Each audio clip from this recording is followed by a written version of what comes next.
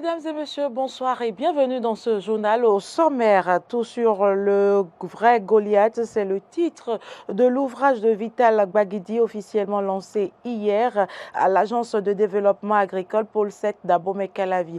Son contenu est à découvrir dans cette édition. La quinzaine de lutte contre les violences basées sur le genre, lancée le 25 novembre dernier, se poursuit. Un café thématique s'est déroulé au domicile de l'ambassadrice des Pays-Bas au Bénin. Et puis, hors de nos frontières, la discussion pour la paix en République démocratique du Congo continue à Nairobi, au Kenya. Les participants ont établi hier leurs exigences pour cesser les hostilités.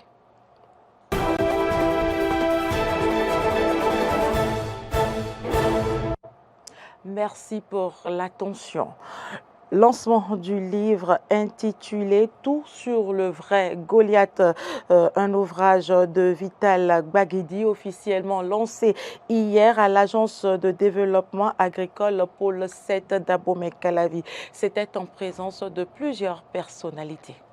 Tout sur le vrai Goliath, c'est l'intitulé du livre écrit par le docteur Vital Gbagidi, médecin vétérinaire. À travers cet ouvrage, l'auteur apporte des informations sur cette race de poulet depuis son origine jusqu'à son mode d'élevage, en passant par ses caractéristiques. L'auteur parle de ses motivations. Nous avions commencé par observer dans l'arène du monde de l'élevage que les gens sont en train de confondre le patrimoine béninois qu'est le poulet Goliath avec d'autres souches telles que les Noirs du Nigeria ou le Courailer du Ghana.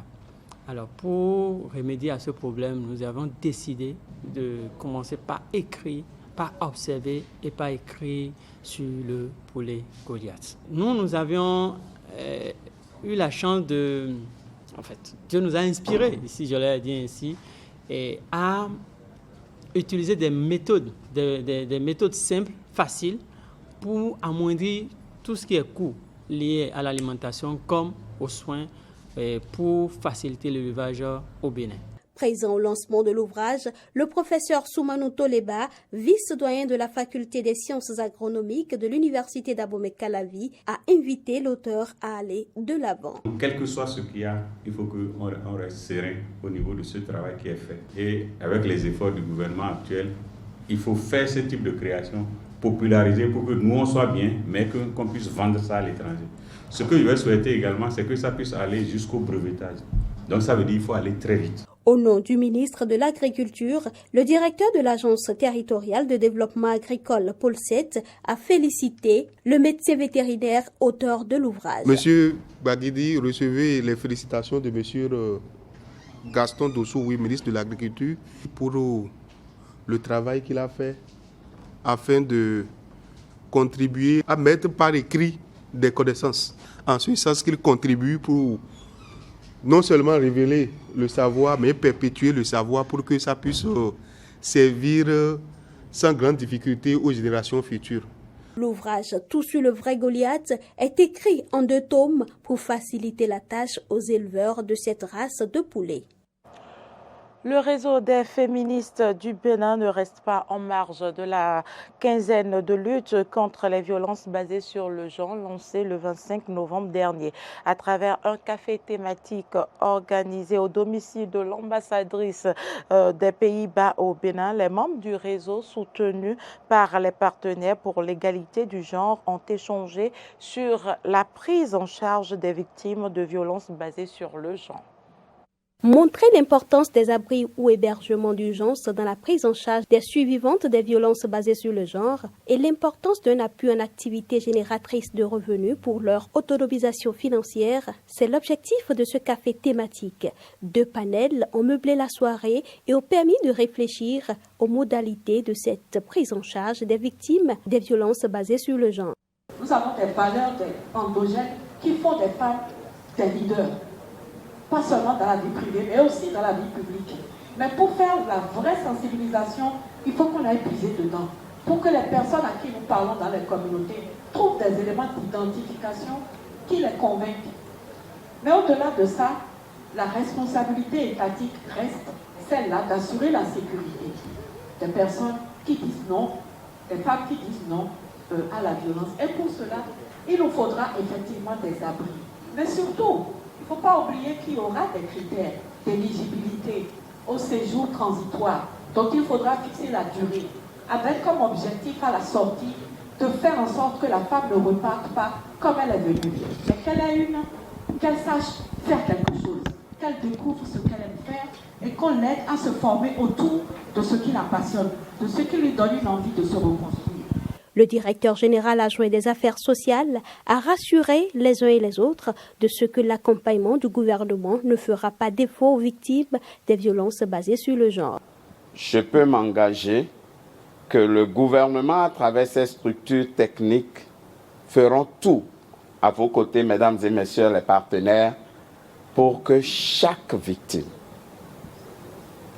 pour que chaque Béninois touché par cette injustice, par ces crimes, trouve non seulement la bonne protection et la justice qu'il faut. Rappelons que le réseau des féministes du Bénin a saisi l'occasion pour présenter le bilan des activités menées au cours des 12 derniers mois. Le directeur général de l'Agence territoriale de développement agricole Pôle 7 a procédé au lancement de la première édition de la foire itinérante dénommée Moignéni 229. Cette ville du Bénin vont accueillir pendant 3 jours chacune 7 activités sur la période du 1er au 14 décembre. Mise en marché des produits locaux pour franchir un nouveau cap dans le développement des PDA au Bénin, c'est le thème de cette première édition de la foire itinérante Moignéni 229. Une vingtaine d'entrepreneurs participent à cette foire dont l'objectif est de faire connaître les produits locaux et de les rapprocher des consommateurs. Un Béninois sur 4 consomme les produits made in Bénin.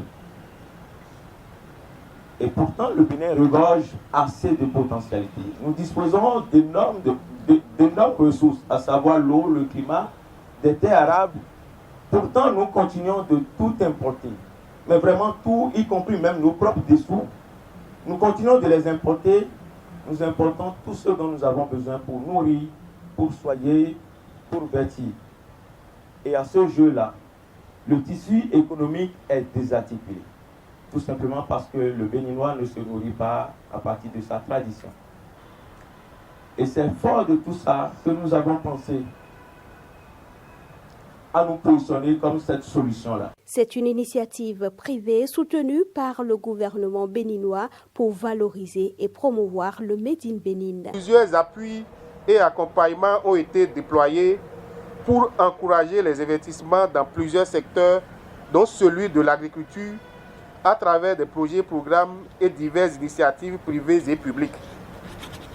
Ainsi, de nombreuses opportunités sont offertes aux entreprises de la place dans la transformation des produits locaux et une industrie en plein essor se met en place en République du Bénin, faisant le lit à une gamme de produits made in Bénin.